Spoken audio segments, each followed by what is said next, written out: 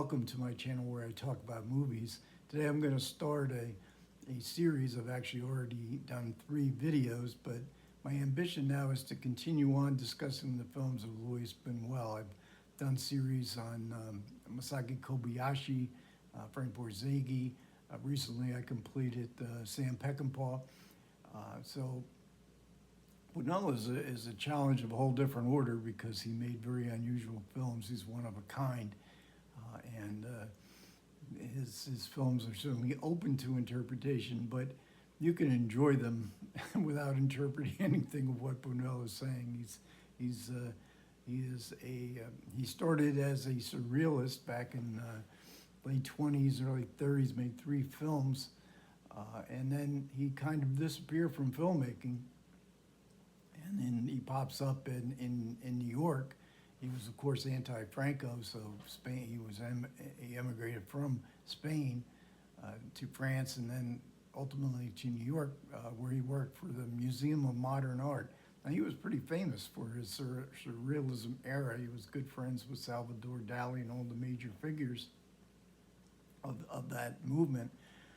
So he worked at MoMA. I'm not sure exactly what he did there, but he had to leave MoMA because Salvador Dali had written something which said that Bunuel had been a member of the Communist Party, which indeed he had been. And so he was fired from MoMA, and he made his way to Hollywood. And in Hollywood, he never really got a firm footing. He was there for several years, I think 4 or 5 years. And he basically, I guess his main occupation there was to dub American films into Spanish. But I don't think he ever felt comfortable there, so he moves to Mexico. Mexico had a burgeoning film industry, much like Hollywood and Argentina at the same time period, and they were just churning out melodramas, some of the cheesiest melodramas, the forerunner of the telenovela. In fact, the lead actor in Archibaldo de la Cruz was not just an actor, but he was a producer-director, and he is considered the grandfather of the telenovela. And so Bunuel adopted his style to the melodrama of the time. Now, when I say style, he really wasn't much, he didn't even like to be associated with the title surrealism, but he was a very playful director, a very comic director, and as he adopted, one of the great pleasures of this Mexican period of filmmaking is that he worms his way into the melodramatic genre, the tropes of it. They're all here, and even in Archibaldo de la Cruz, one of his most successful Mexican films by repute.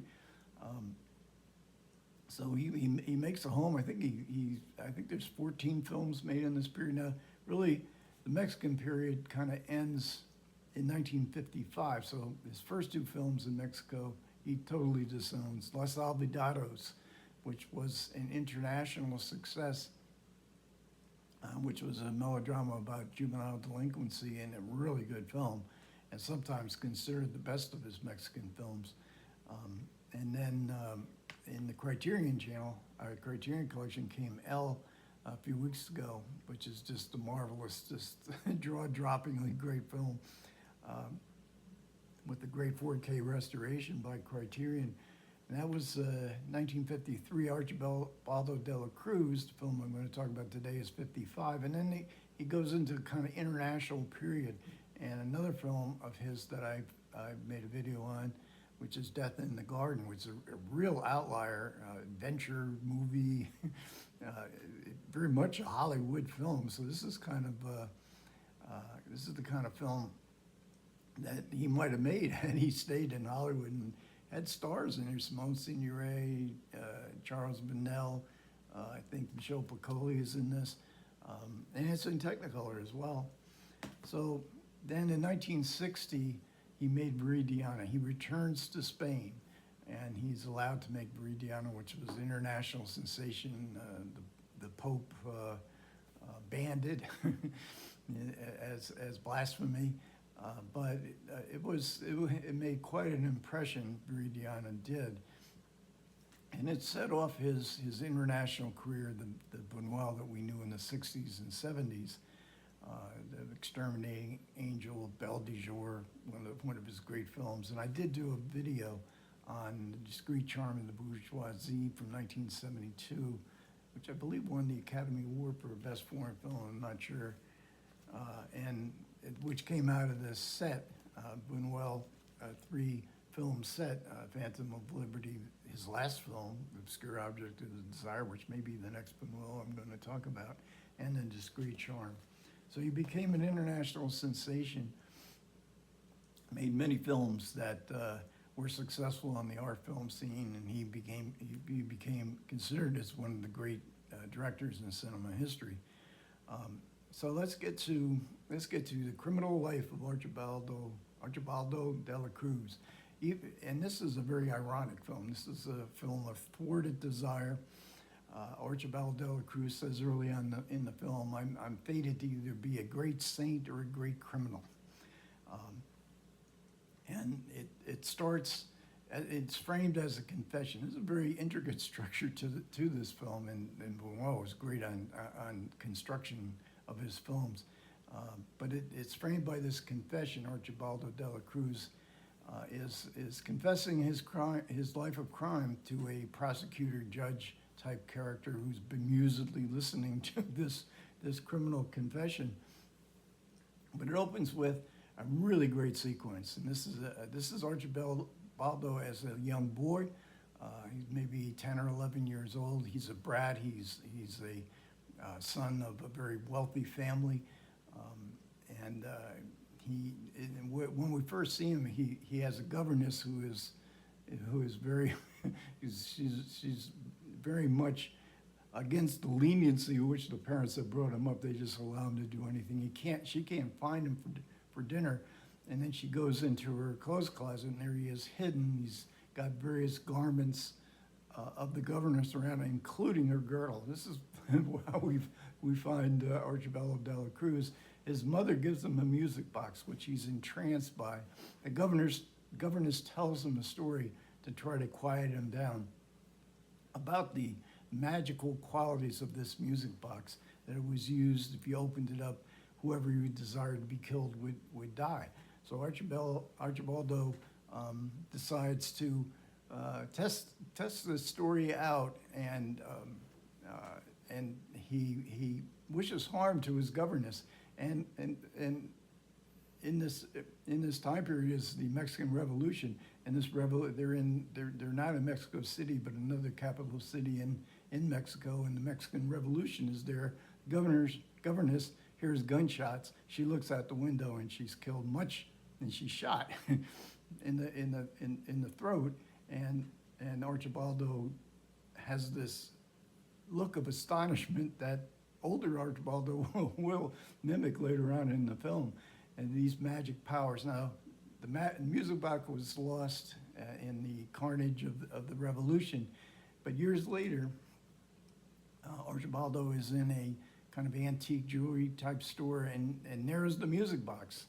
And now he is reminded of his criminal youth, and he wants to test its powers out again because he thinks he is born to be a great criminal. So then we get a series of kind of anecdotes where Archibaldo gets involved with different women, and then he desires their death. He imagines how he's going to do it, but then he doesn't. He is unable by circumstance to do it, but the women die anyways. So he believes he's still responsible for their deaths because he believes he's willed it through the magic power of this music box. And he does have a young woman that he's wooing who is very devout. She has a little chapel in her apartment, and she's always praying. So Archibaldo seems to think, well, she will save, her devoutness, her piety will save him from these murderous, reality of the inner Archibaldo. She, however, might not be quite as devout as Archibaldo thinks she is. And there's another really great sequence in that opening sequence, and then there's a sequence where he's imagining the death of another woman he's found. Um, she she's very elusive though, but she had been a model and had posed for a mannequin, and Archibaldo comes across this in a dress shop and purchases it, and then because he's been thwarted in his desire here, and this is a movie about thwarted desire, he puts he burns the mannequin, and that has a face that looks exactly like the actress who is playing the part, and he has this because he has this big oven, I guess an oast. He's a potter. Now we don't see Archibaldo having any business. He's very wealthy. He's got servants.